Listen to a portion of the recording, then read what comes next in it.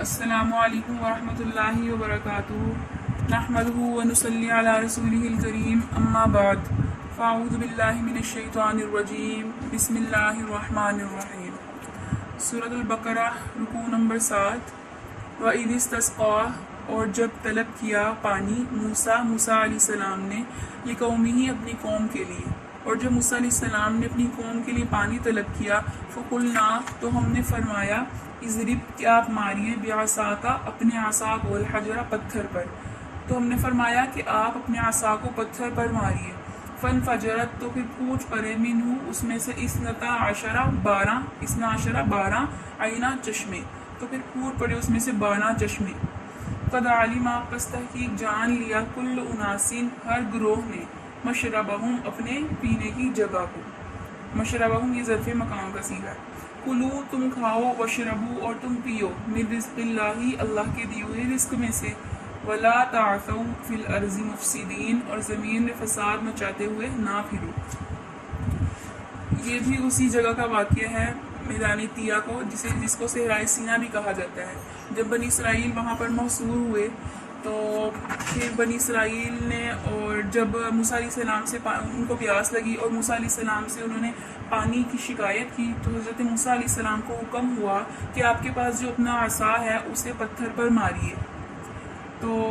موسیٰ علیہ السلام کے پاس ایک روایت کے مطابق مربع نما پتھر تھا چھوٹا سا، جسے موسیٰ علیہ السلام اپنے ساتھ رکھتے تھے۔ پھر جب موسیٰ علیہ السلام نے اللہ رب العزت کے حکم کے ساتھ جب اپنا جو عصا ہے اس پتھر پر مارا تو اس میں سے پھوٹ پڑے کتنے اثنتا عشرۃ عینا 12 چشمے۔ اب 12 چشمے ہی کیوں پھوٹے؟ کیونکہ جو حضرت یعقوب علیہ السلام کا جو دوسرا نام ہے وہ اسرائیل ہے، اور حضرت یعقوب علیہ السلام کے جو 12 بیٹے تھے، ہر بیٹے کے لیے ایک قبیلہ بن گیا، تو اور ہر قبیلے نے اس میں سے یعنی کہ 12 جو چشمے بنے تو 12 قبیلوں نے اس میں سے پانی پی لیا۔ قد علما اور پھر انہوں نے جان لیا کل ناسین یعنی کہ ہر قبیلے نے مشرب اپنے پینے کی جگہ کو، کلو تم کھاؤ گے، اللہ رب العزت نے فرمایا کہ تم کھاؤ اور تم پیو۔ اب کھاؤ کہاں سے کھاؤ؟ من سلوا جو تم پر اترا اس میں سے کھاؤ، وشربو اور جو تم پیو من رزق اللہ اللہ کے رزق میں سے، ولا تعثوا فی الارض مفسدین لیکن زمین میں فساد نہ کرو۔ لیکن بنی اسرائیل جو تھی انہوں نے زمین میں فساد اس طرح کیا کہ وہ شکوے و شکایت بہت کرتے تھے، تو آگے اللہ رب العزت نے فرمایا وَإِذْ قُلْتُمْ اور جب تم نے کہا، یعنی بنی اسرائیل جب تم نے کہا تھا نا یا موسیٰ اے موسیٰ لن نصبر ہم ہرگز صبر نہیں کریں گے علی طعام واحد ایک ہی کھانے پر، یعنی ہم من اور سلوا پر ایک ہی کھانا ہے، من میٹھی چیز ہے اور سلوا جو ہے ایک پرندہ ہے، ہم ایک ہی چیز پر نہیں صبر کریں گے ایک ہی کھانے پر، فدعوا لنا تو آپ بلائیے یعنی کہ آپ لے لیجئے ہم لنا ہمارے لیے ربکا اپنے رب سے، فدعو یعنی کہ آپ دعا کیجیے ہمارے لیے ربکا اپنے رب سے، یخرج لنا کہ نکال دے لنا ہمارے لیے مما تنبت الارض مما ہر وہ چیز نکال دے تنبت الارض جسے زمین اگاتی ہے، من بقلیہا اور کیا کیا نکالے زمین، من بقلیہا یعنی کچھ ساگ نکالے، وکفائہا اور ککڑی نکالے، وفومیہا اور گیہوں، وعدسیہا اور مسور یعنی دال، وبصلیہا اور پیاز، یعنی زمین جو چیز اگاتی ہے نا اب ہم وہ کھائیں گے، ہم ایک ہی کھانے پر صبر نہیں کر سکتے۔ قال تو موسیٰ علیہ السلام نے فرمایا اتستبدلون کیا تم بدلتے ہو الذی ہوا ادنی ایک حقیر سی چیز سے بالذی ہوا خیر بہترین چیز کو، یعنی ایک بہترین چیز کے بدلے تم حقیر چیز خریدنا چاہتے ہو، یعنی کہ بہترین چیز کیا ہے؟ جو آسمان سے کھانا نازل ہوتا ہے من اور سلوا بہترین چیز ہے، لیکن تم اسے حقیر سی جو زمین اگاتی ہے ان چیزوں سے بدلنا چاہ رہے ہو اور یہ چیزیں کھانا چاہ رہے ہو۔ اہبطوا تو جب پھر موسیٰ علیہ السلام نے اللہ رب العزت جب فریاد کی تو اللہ رب العزت نے فرمایا اہبطوا تم لوگ اتر جاؤ مصرن ایک جگہ پر یعنی کسی شہر میں، عباس کے نزدیک یہاں پر تو حقیقی مصر ہی مراد ہے کہ تم لوگ مصر میں چلے جاؤ، اور ایک روایت کے مطابق مصر ہر شہر کو کہتے ہیں، یعنی تم ایک مخصوص شہر میں اتر جاؤ، فإن لکم پھر بے شک تمہارے لیے ما سالتم ما ہر وہ چیز ہوگی سالتم جس کا تم نے سوال کیا، یعنی اگر تم یہ کھانا ایک کھانے پہ راضی نہیں ہو تو تم ایک شہر میں اتر جاؤ، وہاں تمہارے لیے ہر وہ چیز ہوگی ساگ گیہوں ککڑی جس کا تم نے سوال کیا، وضربت اور ڈال دی گئی علیہم الذلہ ان پر ذلت، والمسکنہ اور مسکنت، وباؤ اور انہوں نے اور وہ لوٹے بغضب من اللہ اللہ کی ناراضگی کے ساتھ، ذالکا اس وجہ سے بھی انہم کہ بے شک وہ جو لوگ تھے کانو یکفرون وہ انکار کرتے تھے بھی آیات اللہ کی آیات کا، ویقتلون النبیین اور جو یہ بنی اسرائیل تھے یہ نبیوں کو قتل بھی کرتے تھے. انہوں نے حضرت زکریہ علیہ السلام، حضرت یحییٰ علیہ السلام اور بھی بہت سے انبیاء علیہ السلام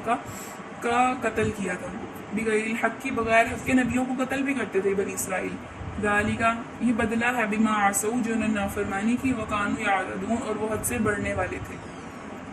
اب جو اللہ رب العزت نے فرمایا کہ اب شہر میں اتر جو وہاں جو چاہو کھاؤ، آگے اللہ رب العزت نے فرمایا نا، اور ڈال دی گئی یہودیوں پر ذلت اور مسکنت. یہود کی ذلت تو یہ ہے کہ دنیا میں کہیں بھی نام اور ان کی کوئی سلطنت نہیں ہے، اور جو ان کی نداری ہے اور جو مسکنت ہے وہ یہ ہے کہ مال موجود ہوتے ہوئے بھی ان میں حرص ہی موجود رہتی ہے. اور جب اللہ رب العزت نے یہود کو اتنی نعمتیں دی، فرعون سے نجات دی، من سلوہ اتارا، پانی نکالا ان کے لیے، پھر بھی اور جب سمندر اللہ رب العزت نے ان کے لیے کھولا، پھر بھی یہود جو تھے نا نعمت کے ناشکرے تھے، تو اللہ رب العزت نے آگے فرمایا پھر وہ لوٹے اللہ کے غصے کے ساتھ، یعنی اللہ کے غضب کے ساتھ. کیوں؟ کیونکہ وہ ایک تو انکار کرتے تھے اللہ کی آیات کا، اور وہ انبیاء علیہ السلام کو بغیر حق کے قتل بھی کرتے تھے. آگے رکوع نمبر 8. ان الذین بے شک وہ لوگ آمنو جو ایمان لے آئے، والذین اور وہ لوگ ہادو جو یہودی تھے، والنصارى اور جو نصارہ، والصابئین اور صابئی یعنی کہ ستارہ پرستوں میں سے. من اور وہ شخص جو یہودی تھا یا نصارہ تھا یا ستارہ پرست تھا جو ایمان لے آئے اللہ پر، والیوم الآخری اور آخرت کے دن پر، وعمل صالحا اور وہ نیک اعمال کرے، فلہم اجرہم تو ان کا لیے اجر ہوگا، عند ربہم ان کے رب کے پاس، ولا خوف اور نہ ہی ان پر کوئی خوف ہوگا، ولا ہم یحزنون اور نہ ہی وہ غمگین ہوں گے. اب یہ جو آیت ہے، یہ آیت مبارکہ جو ہے یہ یہود کی تردید کے لیے اتری ہے. یعنی جو یہودی تھے نا وہ کہتے تھے کہ صرف اور صرف جو مستحق ہے نا، یعنی کہ آخرت کے جو اجر اور اعمال صالحہ کے جو مستحق ہیں وہ صرف اور صرف یہودی ہی ہیں، اور ان کے علاوہ اور جو کوئی بھی شخص نہ اجر کا مستحق نہیں ہے. تو اللہ رب العزت نے رد کر دیا یہ کہہ کر کہ ہر وہ شخص جو پہلے یہودی تھا یا پھر عیسائی تھا، وہ صابئین یا پھر ستارہ پرست تھا، ہر وہ شخص جو ایمان لے آئے گا اللہ پر اور آخرت کے دن پر اور نیک اعمال بھی کرے گا نا، تو اس کے لیے بھی اجر ہے اللہ رب العزت کے ہاں، خالی یہودیوں کے لیے اجر نہیں ہے. آگے فرمایا وَإِذْ أَخَذْنَا اور جب ہم نے لیا عہد، میثاقکم تم سے عہد لیا، اور رفعنا اور ہم نے بلند کر دیا، فوقکم تمہارے اوپر، تور کو تمہارے اوپر کیا کر دیا؟ معلق کر دیا. خذوا تو تم لے لو، ما آتیناکم جو ہم نے تمہیں عطا کیا، بقوت قوت کے ساتھ یعنی زور کے ساتھ اس کو پکڑ لو جو ہم نے تمہیں دیے احکامات، وذکروا اور تم یاد کرو ما فیہ جو کچھ اس میں ہے، لعلکم تتقون شاید کہ تم پرہیزگار اختیار کرو. اب یہاں پر جو اللہ رب العزت نے فرمایا کہ ہم نے جو طور ہے اس کو تمہارے سروں پر بلند کر دیا، اس سے اس واقعے کی طرف اشارہ ہے کہ جب حضرت موسیٰ علیہ السلام تورات لے کر جب بنی اسرائیل کے پاس واپس آئے تھے، تو بنی اسرائیل نے مطالبہ کیا تھا کہ ہم تو اس وقت تک ایمان نہیں لائیں گے تورات پر جب تک کہ ہم خود اللہ رب العزت کو نہ دیکھ لیں، یا اللہ رب العزت ہم سے خود نہ کہہ دے کہ تم تورات پر عمل کرو. پھر جو پیچھے جو واقعہ گزرا، پھر جب حضرت موسیٰ علیہ السلام ان کے اس پر 70 آدمی منتخب فرمائے حضرت موسیٰ علیہ السلام نے، پھر جو وہ کوہ طور پر گئے تو پھر اللہ رب العزت نے ان کو خود عمل کرنے کے لیے کہا کہ تم تورات پر عمل کرو. پھر جب وہ لوگ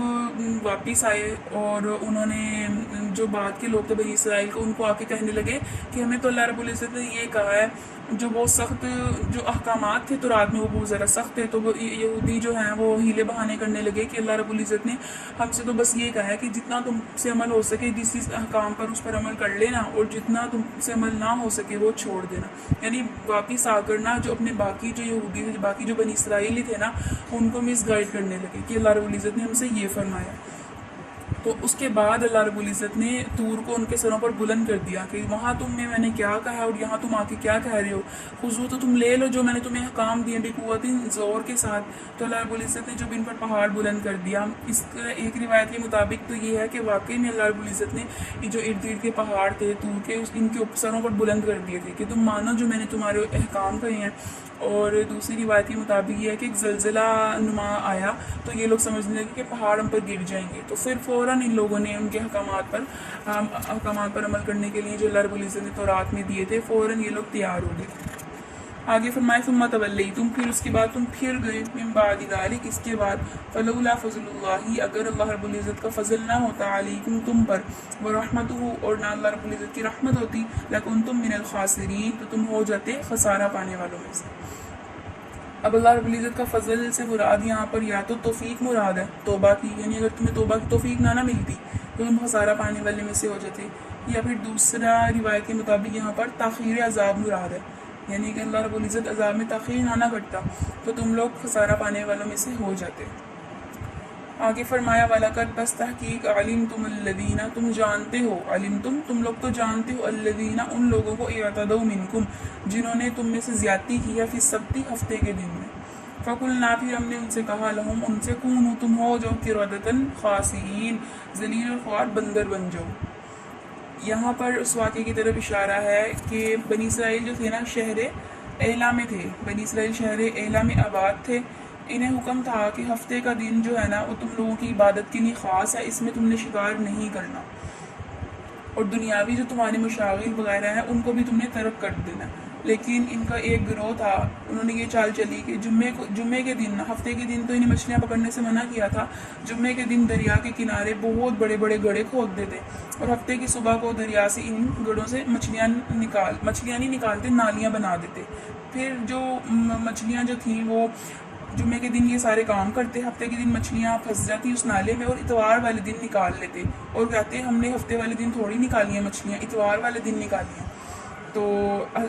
غالباً یہ حضرت داؤد علیہ السلام کے زمانے کا واقعہ ہے، جب یہ شہر وہ اس کے کنارے آباد تھے دریا کے۔ حضرت داؤد علیہ السلام انہیں منع بھی کرتے تھے کہ قید کرنا ہی شکار کرنا ہے، تم لوگ ہفتے کو کرتے ہو ان سے باز آ جاؤ، ورنہ جو اللہ کا عذاب ہے وہ تمہیں گرفتار کر لے گا، لیکن یہ باز نہ آئے۔ تو پھر اللہ رب العزت نے انہیں بندروں کی شکل میں مسخ کر دیا، اور ان کی جو عقل تھی وہ تو باقی رہی، لیکن حواس وغیرہ بھی باقی رہے، لیکن جو بولنے کی قوت ہے نا وہ ان سے زائل ہو گئی، اور ان کے جسم سے بدبو آنے لگی، اسی حال میں وہ روتے رہے، اور 3 دن کے بعد سارے ہلاک ہو گئے۔ آگے اللہ رب العزت نے فرمایا فَجَعَلْنَاهَا، تو ہم نے بنا دیا اس واقعے کو، نکالا لما بین یدیہا وما خلفہا، اور ہم نے عبرت بنا دیا جو ان بستیوں سے آگے تھیں اور جو بستیوں سے پیچھے تھیں، ان سب کے لیے اس واقعے کو عبرت بنا دیا، وموعظۃ، اور اس میں جو نصیحت ہے للمتقین، وہ پرہیزگاروں کے لیے ہے۔ سورۃ البقرہ کی جو ہے وہ 65 آیات مکمل ہوئی، آگے انشاءاللہ نیکسٹ ویڈیو میں۔ اللہ رب العزت کے ہمیں سننے سے زیادہ عمل کی توفیق عطا فرمائے۔ وآخر دعوانا الحمدللہ رب العالمین۔